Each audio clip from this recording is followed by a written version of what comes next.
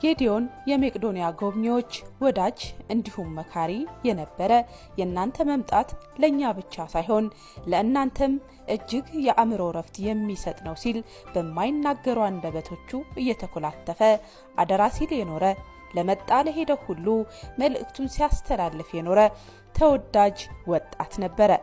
ጌዲዮን ሙላቱ ጠፍተው ቆይተው ሲጎበኙት ጠፍታችኋል ሁልጊዜም ጎብኙን ሲል በሚያራራ ንግግሩ ሲማጸን በበርካቶች ልብ ውስጥ ገብቶ ቀርቷል።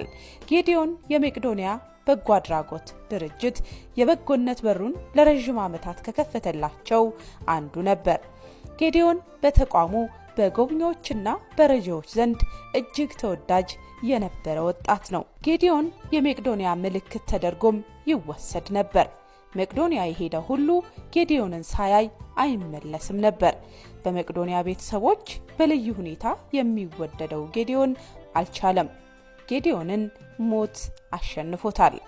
ጌዲዮን ሙላቱ በተወለደ በ37 ዓመቱ በትላንትናው ዕለት በሕክምና ላይ ያለ ከዚህ ዓለም በሞት ተለይቷል። የጌዲዮን ሙላቱ ሥርዓተ ቀብርም በዛሬው ዕለት አያት ጸበል በሚገኘው መድኃኔዓለም ቤተክርስቲያን ተፈጽሟል። የጌዲዮን መሞትን በሚመለከት የመቄዶንያ የበጎ አድራጎት ድርጅት መስራችና ስራ አስኪያጅ ዶክተር ቢኒያም በለጠ ያስተላለፈውን መልእክት ወደ እናንተ እናደርሳለን። አብራችሁን ቆዩ።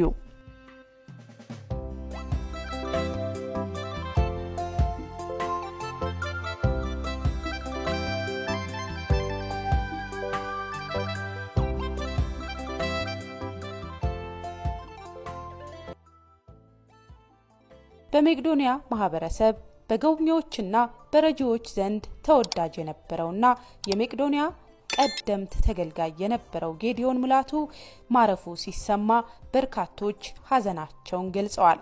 ጌዲ በ1980 ዓመተ ምህረት አዲስ አበባ ጎላ ሚካኤል አካባቢ ተወልዶ ያደገ ሲሆን በ1999 ዓመተ ምህረት የ19 ዓመት ወጣት ሆኖ ባጋጠመው ድንገተኛ አደጋ በስትሮክ ምክንያት ከአንገቱ በታች ፓራላይዝድ ሆኖ ሰውነቱን ማዘዝና በአንደበቱ መናገር አይችልም ነበር።